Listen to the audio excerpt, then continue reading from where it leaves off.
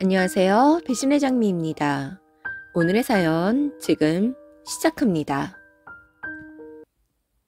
저에게는 몇 년 전에 결혼한 오빠가 한 명 있습니다. 오빠는 새언니와 2년간 연애를 한 뒤 결혼을 하였고 저희 집이 2층짜리 단독주택이라 2층에서 신혼생활을 시작했습니다. 사실 이렇게 살게 된 곳에도 이유가 있어요. 저희 부모님께서는 아무리 공간이 분리되어 있다고 한들 서로 불편한 점이 생길 수 있으니 신혼집은 원하는 곳에 얻으라고 하셨지만 오빠와 새언니가 한사코 2층에 들어와 살겠다고 했습니다.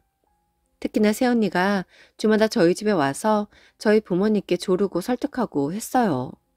그땐 그냥 그런가 보다 했는데 지금 와서 생각해보니 집을 얻는 데 큰 돈을 들이지 않아도 되니 불편함을 감수하고서라도 그렇게 할 만하지 싶더라고요. 그땐 저도 어려서 잘 몰랐고 크게 관심도 갖지 않았지만 오빠 부부가 2층에서 신혼생활을 시작하고 싶다고 하니 저희 부모님께서 오빠 부부에게 집에 그냥 들어와 살라고 했다더라고요. 집을 얻는 데 있어서 큰 돈을 아끼게 된 오빠 부부는 인테리어만 새로 싹 해서 신혼생활을 시작했습니다. 누군가가 보기에는 합가이고 오빠 부부가 시부모님을 모시고 산 것처럼 보이겠지만 사실은 오빠 부부가 저희 부모님 덕을 많이 보고 살았거든요. 2층에 들어와 살기 시작하면서부터 부모님께서 오빠네 전기, 수도, 가스비를 다 내어주셨고 결혼하고 1년쯤 뒤 조카가 태어났는데 새언니가 조카 돌보는 걸 너무 힘들어하고 애한테 짜증내고 소리 지르고 아이가 울 때 달래다 안 달라지면 거의 때리다시피 하면서 스트레스를 받아 했기에 저희 부모님이 조카 걱정 반, 새언니 걱정 반으로 조카를 많이 봐주셨습니다. 당시 새언니가 육아 스트레스와 육아 우울증이 너무 심하다고 호소를 했었거든요. 오빠가 자영업으로 장사를 하다 보니 밖에서 일하는 시간도 너무 길었고 쉬는 날도 주 1회였기에 새언니가 혼자 조카를 돌보느라 힘든 상황이었어요. 사실 저희 부모님도 일을 하셔서 낮에는 조카를 봐주시는데 한계가 있었습니다.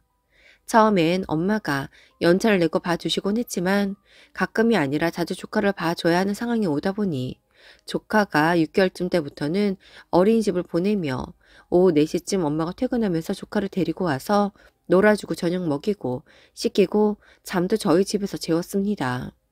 남자아이라 에너지가 넘쳐서 힘들었지만 거의 만으로 3년간 돈도 받지 않고 조카를 키워줬어요. 그때 새언니는 뭐 했느냐고요? 처음 약 6개월은 육아휴직 기간으로 집에 있으면서 쉬더라고요. 친구들도 만나러 다니고 운동도 다니고 여행도 다니면서요. 그때 부모님이 그냥 이해해드린 이유가 출산하고 육아에 찌들어 많이 힘들어했기에 새언니에게도 숨 쉴 구멍이 필요하다고 생각을 하셨기에 새언니가 충분히 쉬고 체력과 정신적인 부분들이 안정적으로 회복이 되어야 복직을 하고 나서도 덜 힘들 거라며 봐주셨던 거였어요. 아들 부부가 잘 살면 된다는 생각이셨기에 2층에 들어와서 살 때도 보증금 한 푼 받지 않으셨던 것이었고 조카를 봐주시면서도 가타부타 말씀도 하지 않으셨습니다. 조카한테 필요한 소모품과 기저귀, 분유, 물티슈 등도 떨어질 때가 되면 다 알아서 사다 주시고 이유식도 유아식도 엄마가 거의 다 해 먹이다시피 했어요.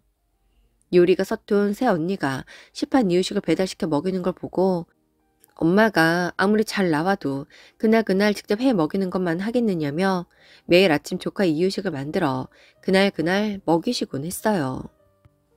저희 집에서 첫 손주였던 조카는 온 가족의 사랑과 관심을 받으며 3돌 반 정도 될 때까지 저희 집에서 데리고 있었는데 이제 좀 조카가 커서 대화도 통하고 그러니 새언니가 이제 조카를 돌볼 만하다고 느꼈는지 데리고 가더군요. 물론 그래봐야 1층과 2층이지만 조카가 우리 집에서 자라는 기간 동안 새언니는 무관심할이 많지 조카를 잘 찾지 않았었고 어린이집에 있는 시간을 제외하고는 온종일 저희 엄마 품에 있던 조카였어요. 저희가 조카를 돌봐준 기간 동안 새언니는 처음 6개월은 육아휴직이었고 이후 1년은 육아기 단축근무로 매일 6시간 정도 출근을 하더니 그 이후에는 이직을 핑계로 회사를 그만두더니 이직 전 잠시 휴직을 취하겠다며 맞벌이도 아니면서 아이를 돌보기보다도 낮에는 취미생활을 한다며 이것저것 배우러 다녔고 조카는 이전과 같이 어린이집을 다니며 그때 왜 그렇게 했냐며 저희 엄마를 답답해하는 분들도 계시겠지만 5살이면 아직 조카가 어린데 밤잠이 예민해 저희 엄마 품이 편해진 조카가 오히려 자신의 집에서는 잠을 잘 자지 못했었고 새 언니가 육아휴직 기간이었던 약 1년만 쉬고 계속 일을 했었기에 힘들 거라고 생각이 되어 조카가 예쁘기도 했고 엄마 본인이 조금 고되고 말지 않는 마음에 조카를 봐주었던 거였습니다. 앞에도 말한 것처럼 저희 집과 오빠네 집은 1층과 2층, 현관문과 드나드는 입구 방향이 전혀 다른 생활이 완전히 분리된 집이에요. 뭐 그래봐야 1층, 2층이긴 하지만 각자 생활 각자 하고 일절 서로 간의 터치가 없었어요. 아무튼 그런 생활 중에 새 언니가 이제는 조카를 본인이 키우겠다고 집에 데리고 가더니 몇 개월 만에 이사를 가겠다고 선포를 하고는 집을 알아봐 바로 이사를 나갔습니다. 조카가 갓난 아기 때부터 키워온 저희 부모님은 하루아침에 손주를 볼 수 없다는 생각에 눈앞에 캄캄함을 느끼셨고 갑자기 왜 그러느냐, 서운한 게 있느냐, 아니면 무엇 때문이냐만 물으니 새언니는 이제 시부모님을 그만 모시고 살고 싶다고, 이젠 그만 시댁을 벗어나고 싶다며 조금만 아이를 더 키우고 나가라는 저희 부모님의 말을 단번에 잘라내고는 2달 만에 이사를 나가더라고요. 과연 이런 상황이 새언니가 저희 부모님을 모시고 살았다고 할 수가 있나요? 제가 지금 여기에서 이 질문을 하는 데에는 얼마 전 제가 결혼을 준비하는 과정에서 새언니가 저에게 너무 어이없는 말을 했기 때문입니다. 솔직히 저도 시누이라 그런지 모르겠지만 새언니가 임신했을 때 저희 엄마가 밥도 거의 다 해주시고 집안일은 오빠가 다 했어요. 이게 불만이라는 것이 아니라 저도 여자 입장에서 가족들이 도울 건 함께 도우며 하는 게 맞으니 당연히 그래야 한다고 생각을 했어요. 그리고 이후에 조카가 태어나고 나서도 새언니가 많이 힘들어해서 엄마가 만 3년 반은 조카를 직접 키우셨잖아요. 적어도 전 언니가 그런 부분에 대해 감사한 마음이 있어야 하고 저희 부모님의 도움을 받았다고 느껴야 한다고 생각을 해요. 그런데 새언니가 저에게 그러더라고요. 자신이 시댁에 들어가서 시부모님 모시고 사느라 너무너무 힘들었다고요. 그러니 저만은 꼭 시집살이를 하지 말라고요. 순간 새언니가 저에게 지금 무슨 말을 하는 건가 싶더라고요. 그런데 새언니는 정말 너무나 진심으로 저에게 그런 조언을 하는 듯 보여서 제가 이상한지 새언니가 이상한 건지 판단이 안 설 정도였습니다. 지금은 새언니가 본간 지 3년이 지났습니다. 그간 저희 부모님이 해준 건 싹 잊었는지 연신 저희 부모님을 모시고 사느라 힘들었다고 하면서 저에게 조언 같지 않은 조언을 하는데 너무 어이가 없더라고요. 그래서 대체 뭐가 새언니 입장에서 시집살이 같았을까? 곰곰이 생각하고 또 생각해 봤습니다. 그랬더니 딱 하나 그럴 수도 있는 게 있긴 하더라고요. 바로 명절이었어요. 저희 집이 따로 차례나 제사를 지내지는 않습니다. 하지만 저희 아빠가 큰 아들이기에 명절이 되면 친척분들이 저희 집에 오셔서 명절 당일 아침 한 끼를 모두 함께 먹습니다. 설이면 떡국, 추석에는 한 끼 식사지요. 물론 이 모든 준비는 저희 엄마와 제가 다 하고요. 새언니는 명절 당일 아침이 되면 저희 집에 내려와 다 준비된 음식을 상에 차리고 식사를 마치고 나면 저와 오빠와 함께 셋이서 설거지를 합니다. 사실 이 부분은 새언니네가 이사를 나가고 나서도 똑같이 반복되는 일들이에요. 이사를 나갔다고 해서 딱히 하지 않아도 되는 일들이 아니라는 것이지요. 새 언니가 제게 그러더군요. 돈이 부족해도 학가는 절대 하지 말라고요. 신혼생활 충분히 즐기라고요. 대체 이 말 뜻이 무엇일까 싶기도 하고 새언니의 그 말들이 너무 뻔뻔하고 기가 막히더라고요. 제가 봤을 땐 저희 집 2층에 들어와 살면서 저희 부모님 댁에는 명절이나 어버이날, 부모님 생신이 아닌 이상 절대 단 한 번도 내려온 적도 없으면서 하다못해 조카가 저희 집에 있어도 데리러 오지 않아 저희가 2층에 데려다 주러 가야 했습니다. 물론 그마저도 몇 번 안 되기도 하고요. 위아래층이지만 새언니 부담스러울까 봐 맛있는 음식을 해도 먹으러 오라니 가라니 하지 않고 집으로 가져다 줬습니다. 오빠랑 둘이 편하게 먹으라고요. 매년 새언니 생일 때면 언니가 좋아하는 음식점으로 예약을 해 밖에서 축하해주며 저희 부모님께서 생일 용돈도 100만 원씩 주셨고 좋은 선물도 따로 챙겨 주었어요. 위아래 살지만 새언니 집도 저도 그렇고 저희 부모님도 한 번도 들어가 본 적도 없습니다. 이제와 생각하면 혹 시집살이 한다고 느껴질까봐 저희 부모님이 너무 배려했나 싶기도 하네요. 물론 이사 나가고 나서도 딱 한 번 가본 게 다예요. 집들이 한다고 불러서 갔었거든요. 이후엔 코로나가 터져 명절이고 뭐고 지금까지 얼굴도 못 봤습니다. 다른 걸 떠나 이번에 새언니가 저에게 한 이야기들을 곰곰이 생각을 해보면 볼수록 대체 새언니가 우리 부모님을 어떻게 생각하면 나에게 저런 말을 할까 싶더군요.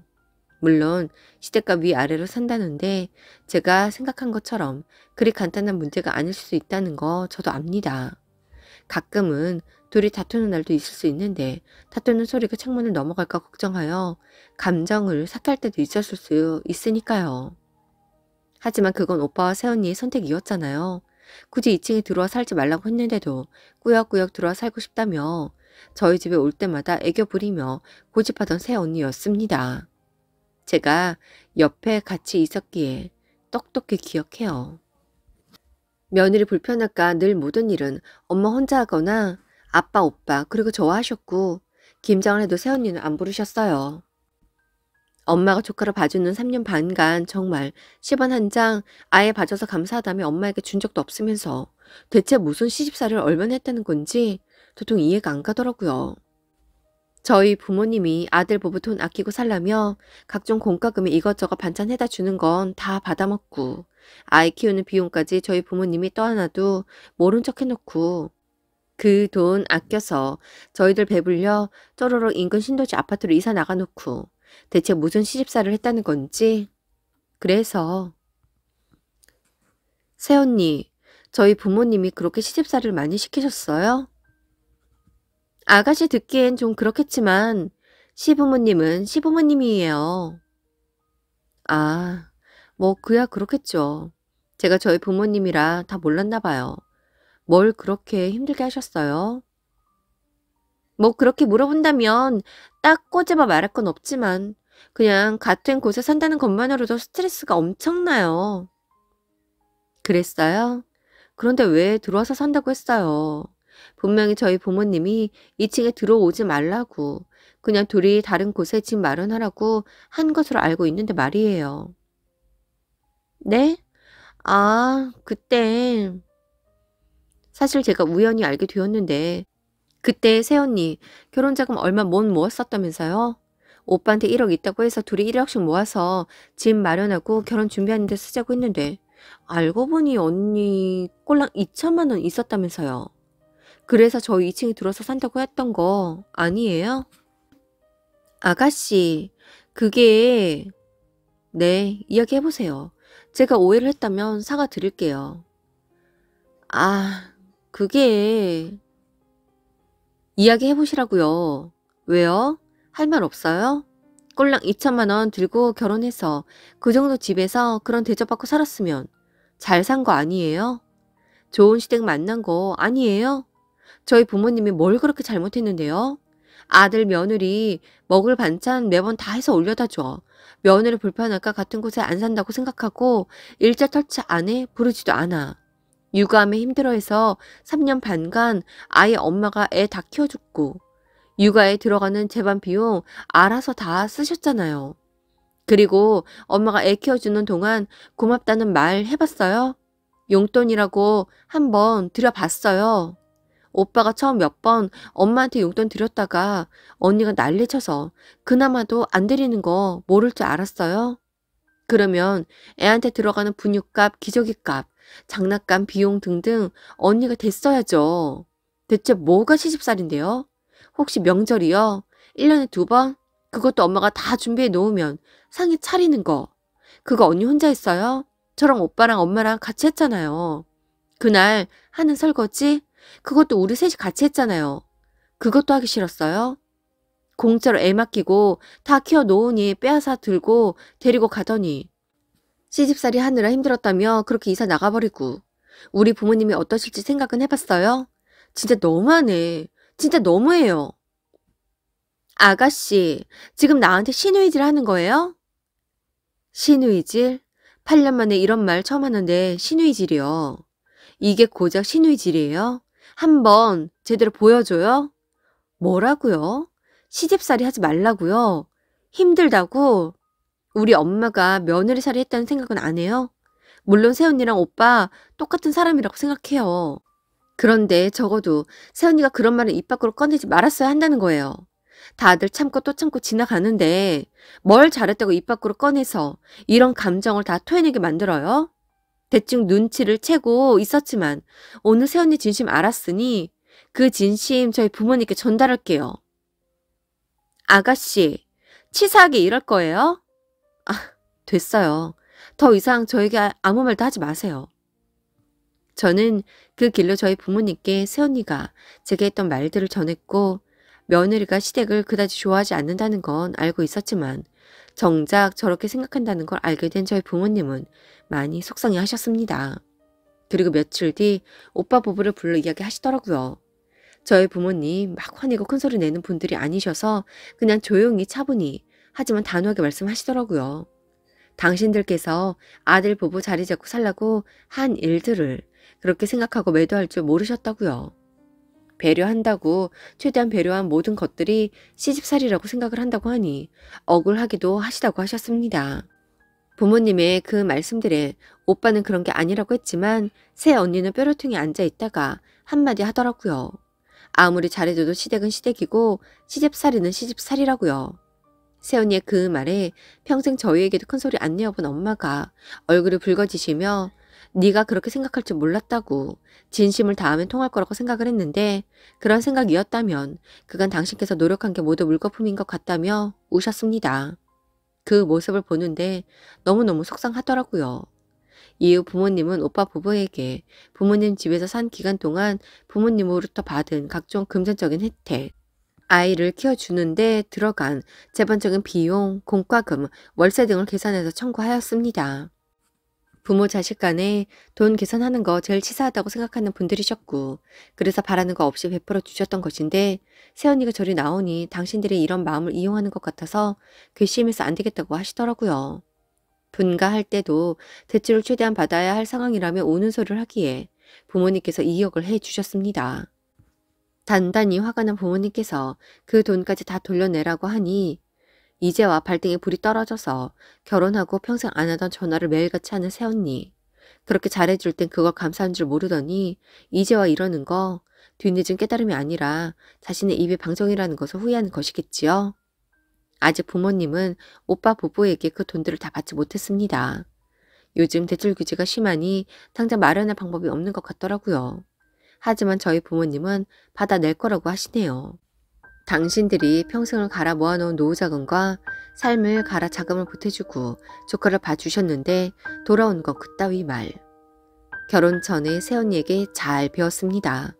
사람이 이중인격 쓰면 가족 간에서도 어떻게 되는지 말이지요.